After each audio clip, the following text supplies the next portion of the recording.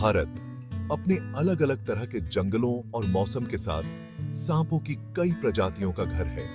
ऊंचे हिमालय से लेकर हरे भरे पश्चिमी घाट तक, सूखे थार रेगिस्तान से लेकर उपजाऊ गंगा के मैदानों तक, सांपों ने इस उपमहाद्वीप के हर कोने में रहने के लिए खुद को ढाल लिया है।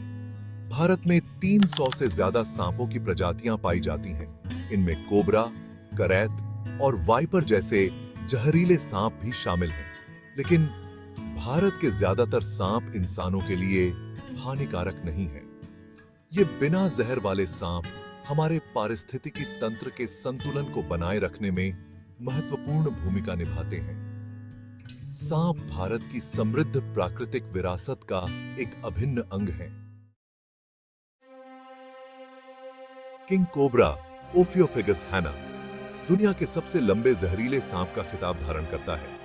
यह 18 फीट तक की लंबाई तक पहुंच सकता है। किंग कोबरा मुख्य रूप से ओफियोफेगस होते हैं, जिसका अर्थ है कि उनके आहार में मुख्य रूप से अन्य सांप होते हैं। अपने शक्तिशाली जहर और प्रभावशाली फन के लिए जाना जाने वाला यह हिंदू पौराणिक कथाओं में महत्वपूर्ण भूमिका निभाता है। इंडियन पाइथन, पाइथन मोलुरस, दुनिया की सबसे बड़ी सांप प्रजातियों में से एक है। यह 20 फीट से ज्यादा लंबाई तक बढ़ सकता है। यह बिना जहर वाला कंस्ट्रिक्टर भारत में विभिन्न प्रकार के आवासों में पाया जाता है, जिसमें जंगल, घास के मैदान और यहां तक कि मानव बस्तियों के पास भी शामिल है। इंडियन पाइथन एक शक्तिशाली कंस्ट्रिक्टर है, जो अपने शिकार को पूरा निगलने से पहले उसका दम घोंट देता है।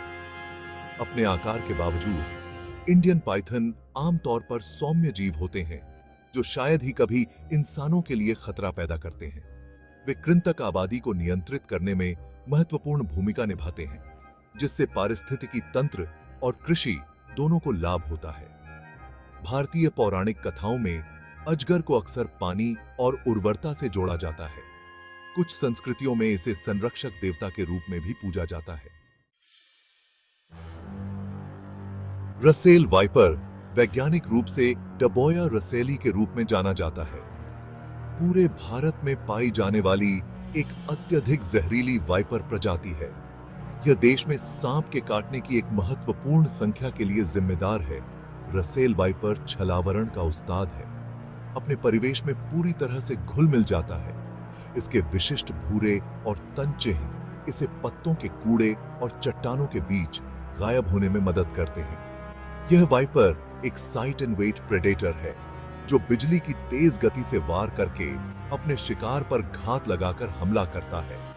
इसका जहर हीमोटॉक्सिक होता है, जो रक्त के थक्के बनने की क्रिया को प्रभावित करता है और गंभीर दर्द और ऊतक क्षति का कारण बनता है। जबकि रसेल वाइपर एक खतरनाक सांप है।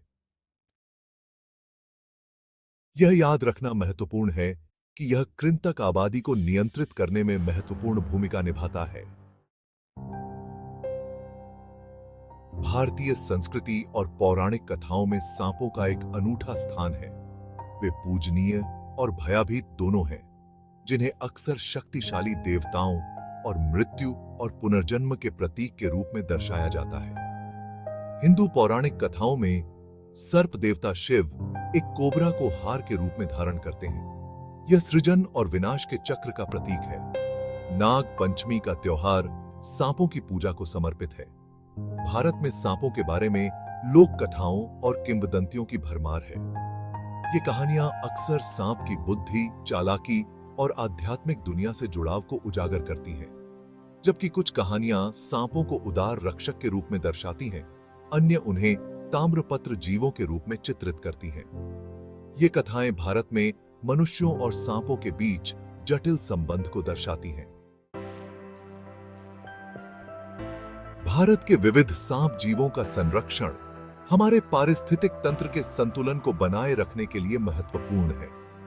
सांप कृंतक आबादी को नियंत्रित करने में महत्वपूर्ण भूमिका निभाते हैं, जिससे कृषि को लाभ होता है और बीमारियों के प्रसार को रोकता है। वे खाद्य श्रृंखला का भी एक अभिन्न अंग हैं, जो शिकारी और शिकार दोनों के रूप में कार्य करते हैं। आवास का नुकसान, मानव वन्य जीव संकलन और अवैध वन्य जीव व्यापार भारत में सांपों की आबादी के लिए महत्वपूर्ण खतरा पैदा करते हैं। इन अक्सर गलत समझे जाने वाले जीवों के प्रति सम्मान और प्रशंसा को बढ़ावा देने के लिए शिक्षा और जागरूकता महत्वपूर्ण है। उनके पारिस्थितिक महत्व को समझकर और मिथकों को दूर करके हम सांपों और इंसानों दोनों के लिए एक सुरक्षित वातावरण बना सकते हैं।